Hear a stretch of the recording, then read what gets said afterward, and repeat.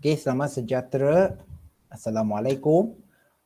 Terima kasih kerana masuk kelas ya. Cikgu memang perlu minta maaf dulu untuk awal pagi tadi ya. Memang ada masalah sedikit dengan internet. Tapi tak apa. Biar aja. Jadi terima kasih kerana masuk kelas. Cikgu sekarang nak sambung mengajar ya. Praktis formatif 10.2, 10.3, 10.4. Kalau sempat kita masuk ke praktis formatif. Okey, jadi seperti biasalah kita perlu menjawab. Nak menjawab dalam buku, keperluan menulis tarikh dan hari. Untuk pengetahuan semua, anda akan buka sekolah minggu depan. Cikgu berharap ketika berjumpa nanti, anda boleh keluarkan buku nota anda yang lengkap ya, dah siap. Jangan nanti kata, ini dah siap ke, ini tak siap ya. Tolong ya. Kita mula dengan praktis formatif 10.2. Jadi soalan pertama, apakah itu radikal bebas? Jadi kalau anda dah cari jawapan pada muka surat 200.89 ada di situ ya. Jadi radikal bebas ini adalah satu atom ya, radikal bebas. Okay, kita jawab ya, ialah atom atau molekul yang kehilangan ataupun yang kekurangan elektron. Okey, atau sebenarnya ada satu elektron. Perlu ingat je, hati-hati ya. Ada orang kata, cikgu, hilang elektron bukan ke dia akan jadi ion. Ion lain. Sekarang atom ataupun molekul hilang satu elektron dan dia akan cuba nak mencarikan elektron lain untuk gantikan. Itulah dia menjadikan radikal bebas. Radikal bebas ini kalau anda ikut tafsiran dia, maksud dia rujuk kepada sesuatu yang tak stabil. Dia akan bergerak dan menyerang. Kalau ikut bahasa Cina, radikal bebas ini adalah jijing fenzi.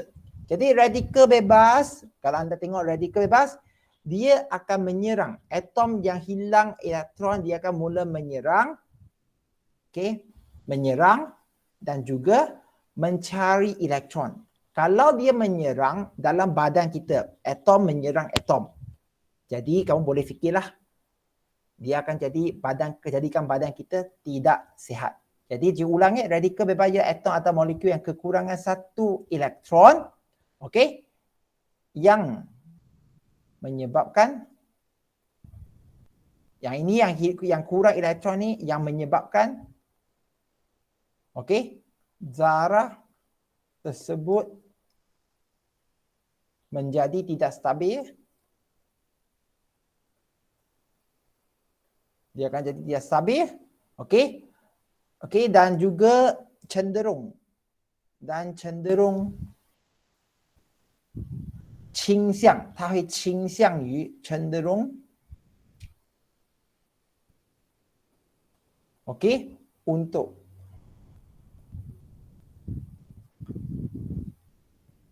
mengambil elektron daripada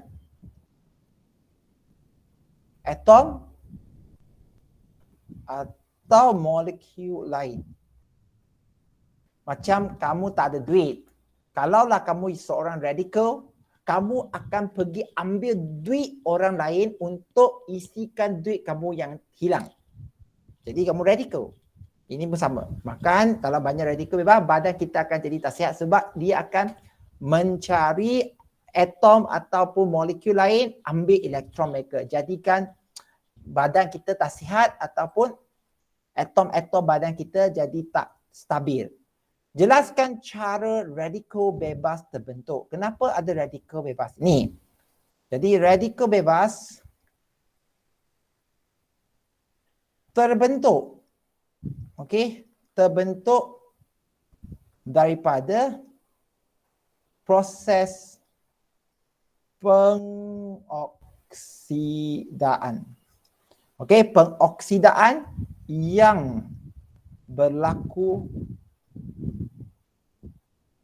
di dalam badan. Okey, yang berlaku di dalam badan disebabkan, kenapa boleh berlaku di dalam badan? Disebabkan faktor dalaman dan juga faktor luaran。会被外在的因素跟你身体里面的因素影响，形成激进的分子。Jadi kalau anda tengok macam ni, boleh ke tak sebenarnya radikal bebas itu dihapuskan? Ada ya. Antioksidan nama dia. Nanti kamu perlu jawab ya. Ini nombor 2. Nanti kamu akan belajar antioksidan formatif 10.3. Jadi apa itu faktor dalaman? Faktor dalaman yang boleh menyebabkan pembentukan radikal bebas adalah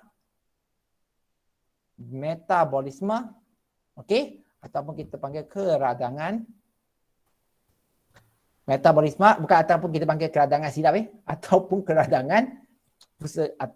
keradangan dua benda ini berbeza ya. Metabolisme maksud dia semua tindak balas kimia yang berlaku dalam badan.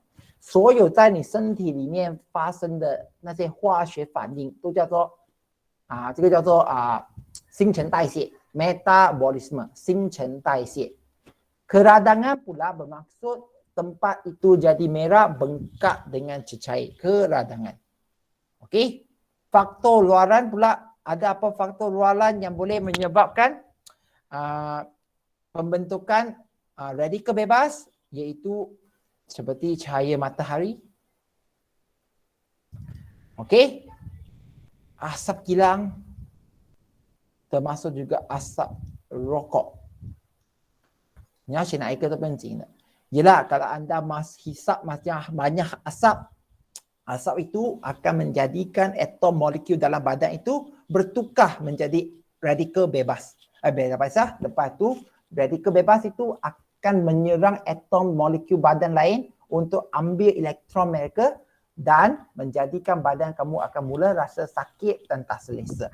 Kalau silap-silap, dia akan bentuk kanser. Bentuk kanser. Okey, jadi ada soalan ke tak? Ada soalan ke tak? Jadi kamu pun nampak tak? Radikal bebas ini adalah jahat dia. Dia boleh menyebabkan kita sebenarnya sakit. Jadi inilah benda yang biasanya disebut dalam produk-produk kesihatan. Okey, badan kamu tak sihat sebab ada banyak radikal bebas. Mungkin daripada cara-cara hidup kamu mungkin merokok, badan kamu jadi tak sihat. Jadi macam mana nak hilangkan radikal bebas ni, murid-murid? Jadi kalau anda baca di sini muka surat 214, dia bermula dengan tajuk bahan antioksidan. Kalau ikut bahasa Cina cikgu dah sebut sebelum ni, Kang Yang. Maksudnya, kita tahu radikal bebas bentuk daripada pengoksidaan. Jadi, antioksidan. Anti, tak nak pengoksidaan berlaku. Menghentikan pengoksidaan. Jadi, kita jawab soalan dia. Tengok muka surat 216. 216 ya. Apakah maksud antioksidan? Dan berikan 3 contoh bahan antioksidan yang terdapat dalam makanan. Tanpa melengahkan masa, kita sambung. Ya, maaf.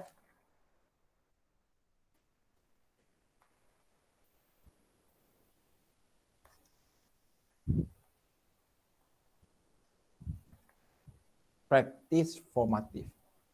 Okey, 10.3. Jadi apa itu bahan antioksidan? Bahan antioksidan. Okey. Ialah sebatian kimia. Okey. Yang boleh diperoleh dari sintesis kimia. OK， 它是可以通过化学反应产生出来 synthesis kimia. Itu pasal suplemen banyak yang dibuat di lab, di makmal dari sintesis kimia. Ataupun tumbuhan semula jadi.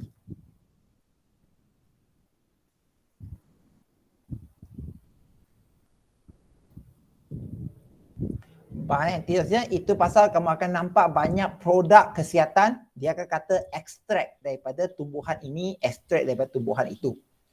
Okey? Bahan antioksidan diperlukan untuk apa? Okey, diperlukan oleh badan kita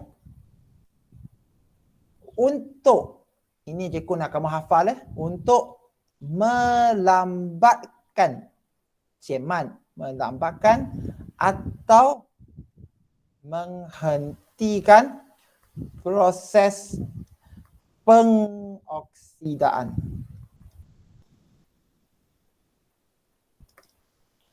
Kalau tanpa pengoksidaan, maka radikal bebas akan dihasilkan secara sedikit dan tak banyak dah. Jadi apakah tiga contoh bahan antioksidan yang perlu kamu ingat? Antara yang terkenal ialah beta karotin, beta karotina, vitamin C, vitamin E,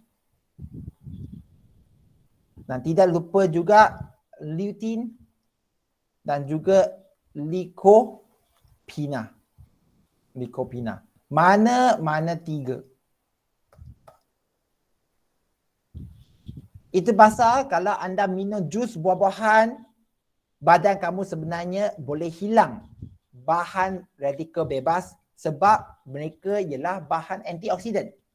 Beta karotin ini biasanya berada pada carrot, betik ataupun apa-apa buah-buahan yang berwarna merah lah. Dia cenderung merah oren. Okey, cikgu, benda ini betul ke? Secara betul. Secara am. Sebab memang dah dibuktikan oleh saintis. Murid-murid, boleh tak cikgu tanya? Kalau cikgu tanya pada kamu semualah, termasuk Alia Maisara yang masuk paling awal tadi, rasanya boleh faham ke tak? Boleh angkat tangan ke tak? Kalau faham, angkat tangan semua. Sila angkat tangan. Cikgu tak tahu apa yang kamu tengah fikir sekarang. Tanensung ke, Jaling ke, Kai ke, Yokenya biasanya tak ada respon. Tapi kalau boleh angkat tangan. Ian Adura, Ifah, walaupun baru masuk. Kenya, Ensong. Kenya, Ensong. Okay, tak apa. Terima kasih semua turunkan tangan. Jadi, untuk terus memahami lagi. Jadi, cikgu terus pergi kepada latihan sumatif sebelum cikgu pergi balik pada latihan formatif 10/4. Cikgu nak buat soalan. Tengok ya. Praktis sumatif nombor 2 dan nombor 3. Praktis sumatif nombor 2 dan nombor 3. Cikgu tak nak buang masa. Jumaat. Sambung. Jumaat. 29 Oktober 2021.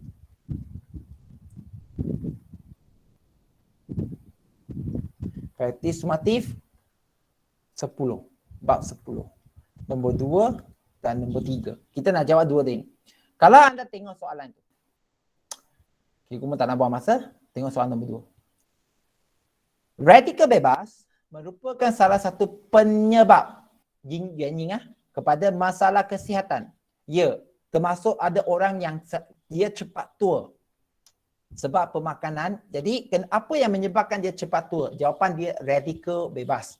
Kalau kita kurangkan radikal bebas yang dihasilkan, jadi orang itu penuaan akan jadi perlahan.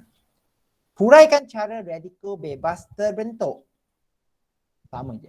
Nyatakan dua faktor pembentukan radikal bebas, dua cara. Pembentuk, huraikan sebab radikal bebas tidak menjadi masalah kepada sesetengah individu, tetapi menjadi punca masalah kesihatan pada sesetengah individu yang lain. Kenapa radikal bebas? Ada orang tak jadi tua cepat, ada orang yang jadi tua cepat. Ya, ada yang tidak jadi tua cepat, tak ada efek apa-apa. Ada yang radikal bebas banyak, dia akan cepat jadi tua. Jadi, kita nak jawab soalan ini. Jadi, huraikan cara radikal bebas terbentuk. Kamu dah jawab. Kamu sudah jawab tadi. Jadi, radikal bebas, okey, terbentuk.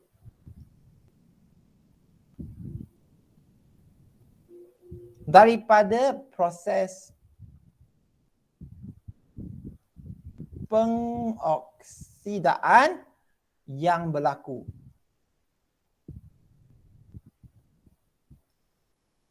Di dalam badan. Okey. Okey,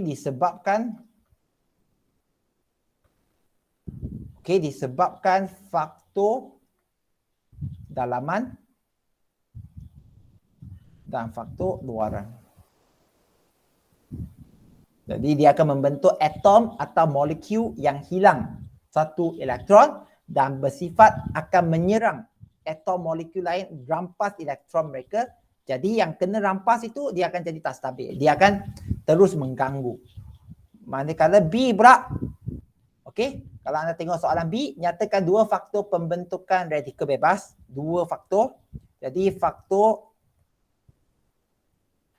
ada dua faktor. Yang pertama kita panggil faktor luaran, satu lagi kita panggil faktor dalaman. Okey, faktor luaran seperti asap rokok. Okey, asap kilang. Contohlah apa yang cikgu ingat. Maksudnya itu cikgu kata kenapa tak boleh nak rokok. Sebab rokok itu dia boleh bentukkan radikal bebas dalam badan. Jadi badan kamu akan jadi tak sihat. Faktor dalaman dia lebih kepada metabolisme ataupun keradangan. Metabolisme dan keradangan. Singchen tak sihat. Jadi orang yang metabolisme tinggi pun akan bentuk radikal bebas yang banyak. Okey, jadi C pula. Kenapa setengah individu akan menjadi masalah dengan radikal bebas? Satu lagi, dia tak ada masalah. Okey? Macam mana kamu nak jawab soalan ni? Kita sekarang nak jawab, jadi kita nak cuba faham. Bagi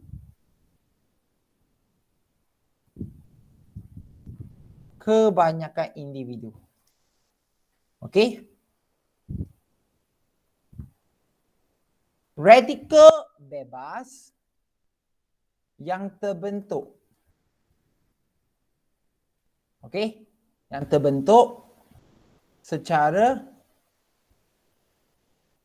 semula jadi akibat faktor dalaman.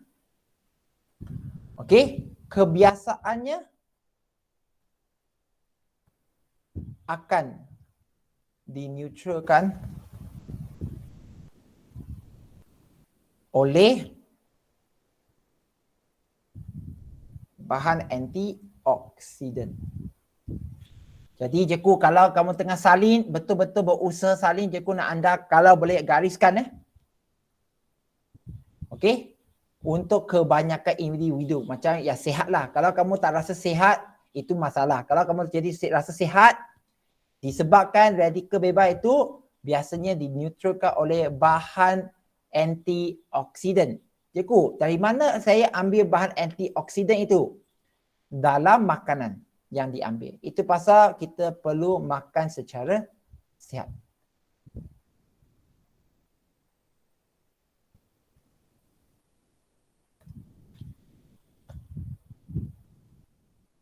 Okey? Jadi itu kalau mereka yang sihat. Kenapa ada yang tak sihat? Sebab radikal bebas tu. Bagi individu pula yang lain, bagi individu yang terdedah kepada faktor luaran 被外在因素所影响的 faktor luaran secara berlebihan 过度的影响 berlebihan seperti asap rokok, asap kilang, okey, radiasi dan lain-lain. Okey. Banyak radikal bebas akan dihasil. Bebas akan terhasil. OK， 很多的这些激进分子会被产生出来，akan terhasil dan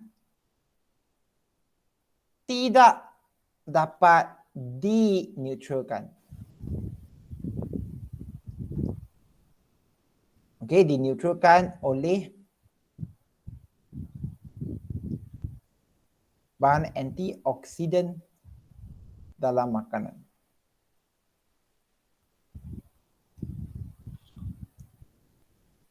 Okey.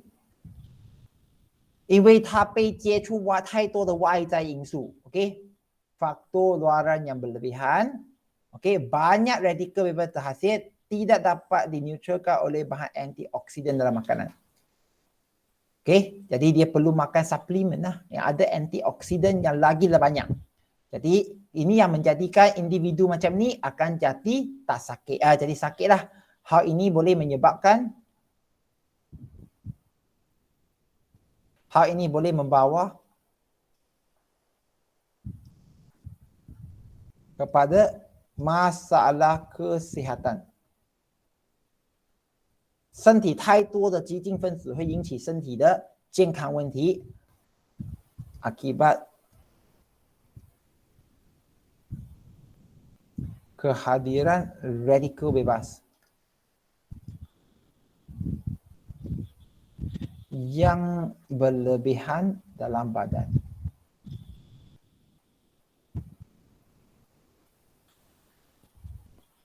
Yang penting, kalau berlebihan, dia akan menyebabkan masalah kesihatan. Masalah kesihatan. Boleh ikut ke tak? Boleh ikut ke tak? Ian Adura, boleh ke tak? Boleh Jadi cikgu nak saling ke? Ikut kamulah. Tapi kalau ikut pagi cikgu memang tak cakap dari awal. Perlu supaya anda boleh faham.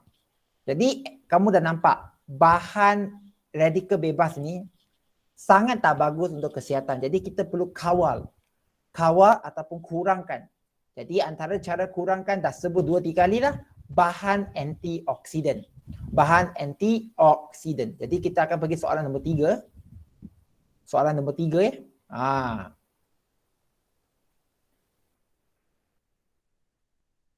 Kalau anda tengok soalan nombor 3 ni.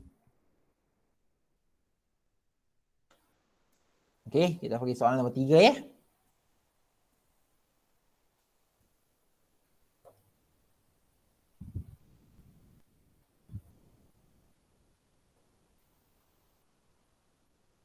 Gambar foto 2 menunjukkan buah-buahan yang kaya dengan bahan antioksidan. Ya, biasa kita dengar orang kata makan cherry, makan berry. Orang itu akan jadi muda selalu. Tak senang jadi tua. Kenapa? Sebab mengandungi buah-buahan mengandungi banyak bahan antioksidan. Apakah maksud bahan antioksidan? Jadi apakah peranan dan apakah 3 jenis bahan antioksidan dan sumbernya secara semula jadi? Dua soalan ni. Jadi kita nak jawab, apakah sebenarnya bahan antioksidan? Okey, dan apakah peranannya dalam tubuh badan manusia dan seterusnya. Jadi murid-murid, kalau anda baca buku, ada kat situ buku teks ya, cikgu pun tak nak buang masa. Okey, jadi apa itu bahan antioksidan? Jadi bahan antioksidan ialah sebatian kimia. Cikgu macam sama je. Ya. Kenapa cikgu buat 2 kali? Cikgu nak kamu lalui. Faham. Kalau ada benda yang kamu tulis berulang kali, maka lebih senang untuk anda faham. Bahan antioksidan ialah sebatian kimia yang boleh diperoleh daripada sintesis kimia. Okey, sintesis kimia. Sintesis kimia atau tumbuhan semula jadi. Jadi apabila bahan antioksidan bertindak balas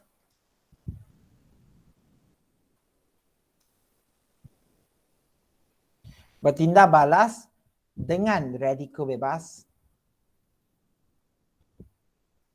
他们互相反应的时候 okey, sebatian yang lebih stabil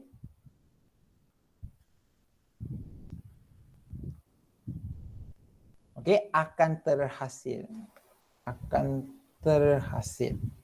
Okey, dan seterusnya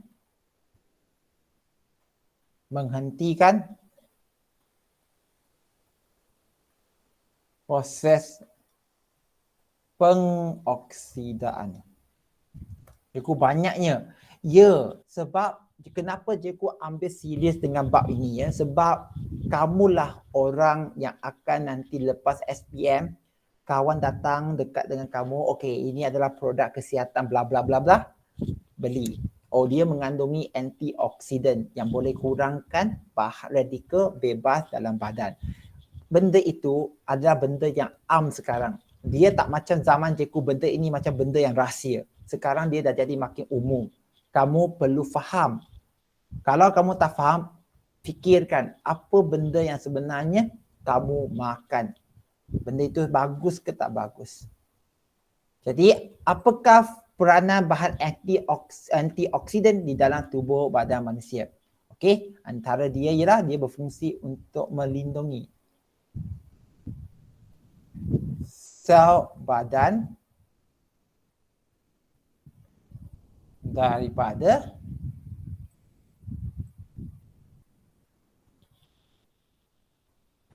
sel badan daripada kerosakan. Akibat radikal bebas. Okey? Dan juga dia boleh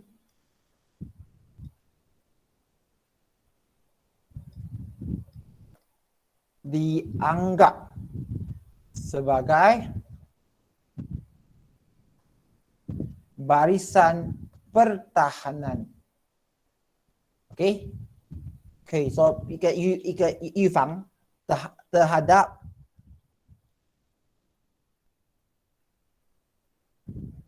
risiko mendapat sesetengah penyakit.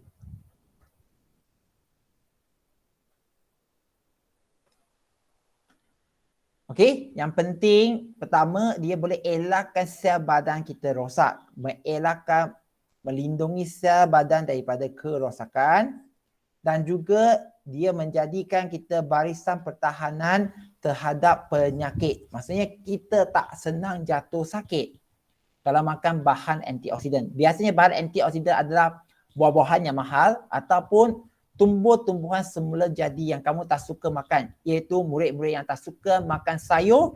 Itulah sebab juga kenapa anda senang jatuh sakit. Untuk C pula, nombor 3C, berikan 3 jenis bahan antioksidan dan sumbernya secara semula jadi. Ya, banyak jawapan dia. Kalau anda tengok buku, kalau kamu tengok buku cikgu pun tak nak buang masa sebab nanti cikgu akan tulis semula benda yang sama. Kamu akan nampak di muka surat mana ni? Muka surat 214. Banyak. Ada 5 secara am. Beta karotina, lutein, lycopene dan juga vitamin C, vitamin E. Okey, ini yang cikgu akan tulis jawapan dia sekarang. Sorry cikgu tak terlajak.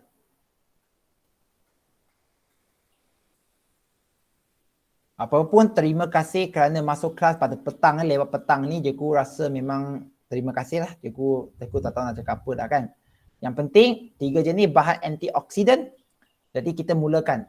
Antara yang pertama, kalau kamu nak kata beta karotina.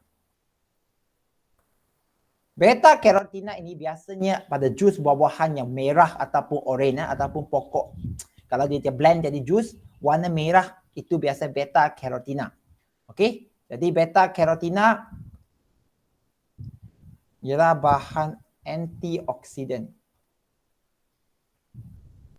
yang lazimnya ditemui dalam kebanyakan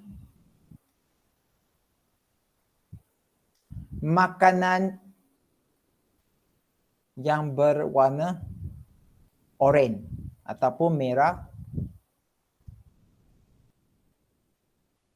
kuning, okey, ataupun oranye. Okey. Antara contoh beta carotina yang terkenal adalah seperti apricot. Apricot, lobak merah. Okey, lobak merah, labu, nankua, labu, mango, okey, ubi keledek, yam. Okey, ubi keledek dan juga tidak lupa pig. Cikgu perlu tulis semua ke? Pilih satu pun cukup. Cikgu, apa itu apricot?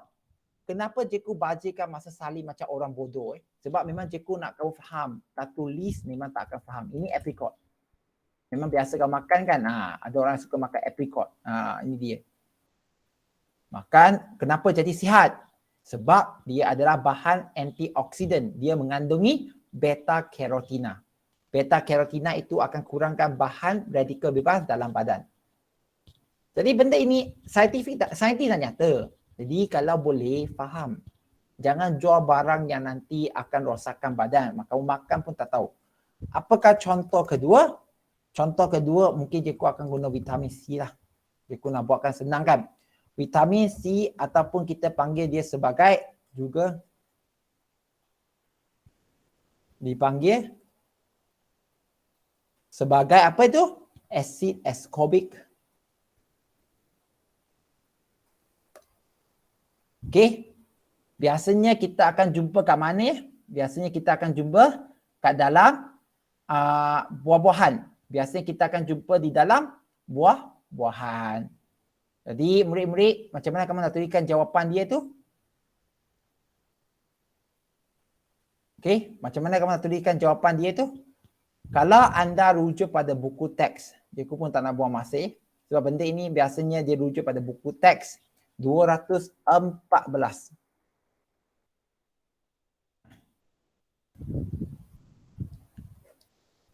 Okey, tengok terdapat dalam buah-buahan sitrus, bayam, brokoli, kiwi. Jadi kamu pun boleh tulis. Yang boleh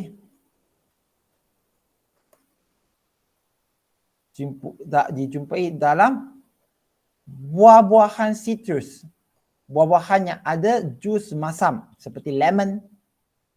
Okey, seperti lemon, orange, tidak lupa juga kiwi. Okey, jadi benda ini kamu boleh hafal. Boleh hafal. Jangan kata nanti kamu tak boleh nak jawab soalan ini. Okey. Kalau yang contoh ketiga, cikgu boleh pilih lutein lah. Lutein biasanya jumpa di dalam tumbuhan. Dalam tumbuhan. Okey. Ataupun tumbuh-tumbuhan seperti sebenarnya dia kata tumbuh-tumbuhan apa ya? Semua pun tumbuh-tumbuhan kan. Dia lebih kepada sayur-sayuran. Dijumpa dalam sayur-sayuran. Beta carotina, vitamin C kalau dia dalam buah-buahan, sayur-sayuran ini dia lebih, lutein ni biasanya jumpa dalam sayur-sayuran yang berdaun hijau. Okey, yang berdaun hijau. Contohnya seperti apa? Contohnya seperti kubis taocai. Okey, kubis apa lagi? Kubis bayam. Bayam pun dia. Bayam tu sos spinach lah. Pocai. Okey, pocai dan tidak lupa juga brokoli. Itu pasal orang makan brokoli dia susah nak jatuh sakit sebab dia mempunyai lutein, antioksidan lutein. Okey, yang boleh mengurangkan radikal bebas dalam badan. Murid-murid, ada soalan ke tak? Ada soalan ke tak? Kalau tak ada soalan, boleh ke tak angkat tangan supaya cikgu nak tengok respon kamu? Boleh ke tak angkat tangan? Jadi sekali lagi, anda telah diperkenalkan, jangan letak tangan, angkat je. Anda telah diperkenalkan bahan radikal bebas antioksidan secara mendalam. Cikgu tak nak nanti kamu keluar, kamu jual barang pun ataupun orang jual pada kamu tak boleh nak faham. Tak boleh lah. Alia Maisara, ensong ke congkai, boleh faham ke tak? Alia Maisara, kai, ensong. Ensong? Alia, jaling, jangan letak tu, jaling yang letak tu. Alia? Faham ya? Jadi terima kasih, boleh letak tangan ya. Terima kasih, letak tangan. Sebab yokennya tantangan ensong biasa mereka masuk. Tapi cikgu tak tahu mereka dengar ke tak ni. Cikgu faham ya, bahasa Melayu mungkin susah untuk kamu. Tetapi perlu fahamlah, belajarlah, cuba dengar, cuba faham. Dan last ini last lah. Cikgu banyaknya kali ni kita belajar, ya. Tapi cikgu fokus pada 3 je. Radikal bebas, antioksidan. Dan last sekali, iaitu bahan aktif. 2 je lagi, ini je. Okey, cikgu nak buat untuk ini, 2 lagi je. Sila bertahan dengan cikgu, ini last lah. Cikgu janji last lah. Banyaknya cikgu salin hari ni, ya. Sebab benda ini sekali lagi yang jumpa di dalam suplemen. Jangan kata lain kali kamu makan tapi kamu tak tahu. Lepas itu sekarang Jumaat, kami jumpa Jumaat.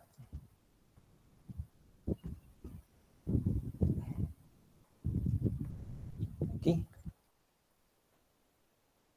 Praktis formatif. Balik pada praktis formatif 10.4. 2 soalan terakhir. Jadi apa itu bahan aktif? Active ingredient.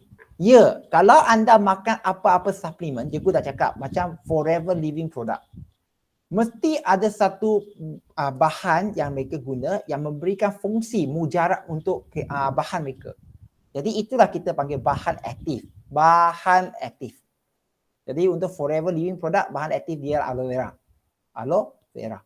Okey, bahan aktif. Okey, bahan aktif ialah komponen tertentu dalam sesuatu produk. Komponen tertentu dalam sesuatu produk yang mempunyai kesan, okey, yang mempunyai kesan terhadap penyembuhan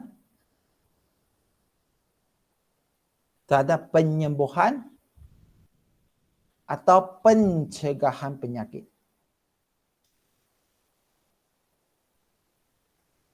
Kamu minum satu minuman manis, itu gula. Tapi kenapa minuman manis itu boleh memberikan penyembuhan dan pencegahan penyakit? Sebab ada bahan aktif dia.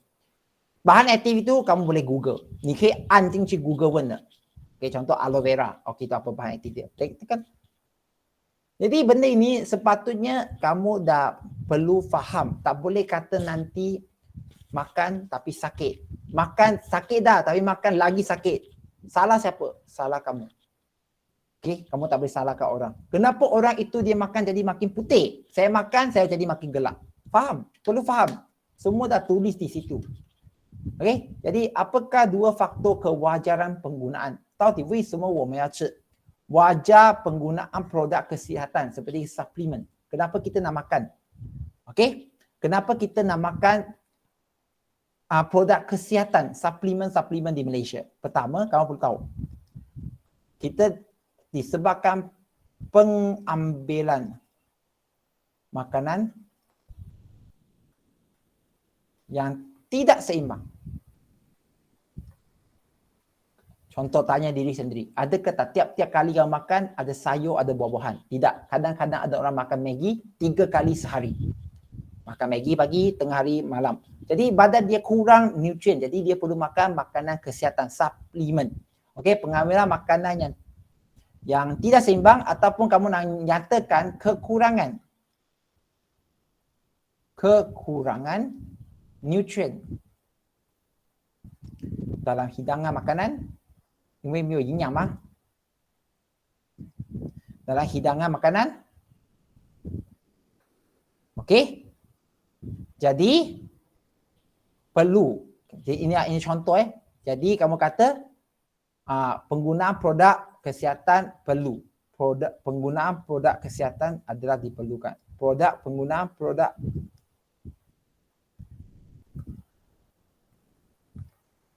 diperlukan. Ini satu. Apa lagi sebab kedua? Kenapa produk kesihatan penting ya? Sebab produk kesihatan boleh meningkatkan keimunan badan, 能增加身体的免疫系统.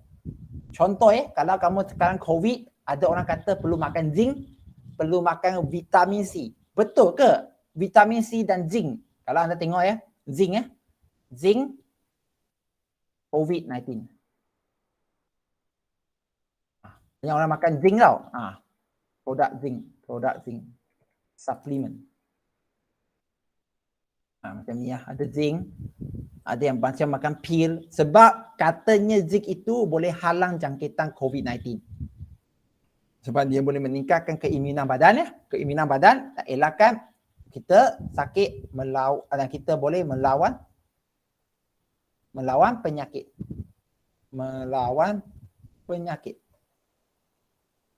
Ini baru dua. Kalau kamu nak tulis produk kesihatan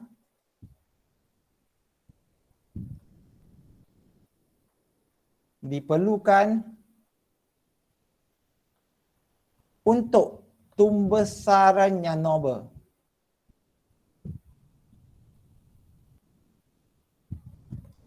Khususnya untuk ibu yang mengandung. Kalau kamu tengok juga senang je. Kamu nanti dah mengandung mesti ada suplemen for pregnant. Kamu akan makannya. Nak ke tak nak? Macam ni black moss. Untuk pregnancy. Dalam itu ada active ingredient tu biasanya vitamin kan? Vitamin, zinc ke ataupun besi. Jadi makan boleh membuatkan anak lebih sihat ataupun mengandungi DHA. Jadi cikgu, apa itu DHA? Kamu tak ajar pun. Jadi kalaulah kamu betul-betul faham, sekarang kan ada Google semua, kamu boleh baca sendiri apa itu DHA. YouTube pun ada banyak penerangan apa itu DHA. Benda ni boleh baca. DHA biasanya dalam minyak ataupun lemak ikan. Jadi cikgu pun tak nak buang masa. Cikgu dah terangkan semua secara am. Kelas sebelum ini perubatan, ubat moden. Sekarang kita dah sebut dan faham apa itu radikal bebas, antioksidan dan juga bahan aktif dalam bahan produk kesihatan Malaysia ataupun seluruh dunia. Jadi benda ini seharusnya telah menjadi satu kebiasaan Bukannya anda makan, orang jual you makan, kawan makan, kamu ikut makan. Tak boleh. Kamu perlu makan, fahamkan apa yang kamu makan. Itu yang cikgu nak sampaikan hari ini. Kalau tak ada masalah, itu saja hari ini dan cikgu minta supaya semua buka kamera. Buka kamera, cikgu nak ambilkan screenshot kedatangan je. Sila buka kamera. Kalau malu tak pakai tudung tutup macam ni, cikgu okey je. Yang penting buka kamera je. Buka kamera. Buka kamera. Ian Adura, Jenny, Ifah, Alia Maisara, Ensong ke Chongkai. Sila buka sekarang. Cepat tak? Oh, rosak Ian Adura. Tak faham. Dia lupa lah. Ifah, Ensong, Kai, Alia. Dalam kiraan 3, 2, 1, 3, 2, 1. Ensong, Alia, Kenyao, Ifah. Ifah. Ifah. Angkat tangan Ifah, boleh faham tak? Ifah. Tak apalah. Jadi itu saja untuk hari ini. Terima kasih semua. Kita jumpa lagi. Jumpa lagi lepas buka sekolah. Bawa buku. Kita semak buku. Tak buat, siap kamu.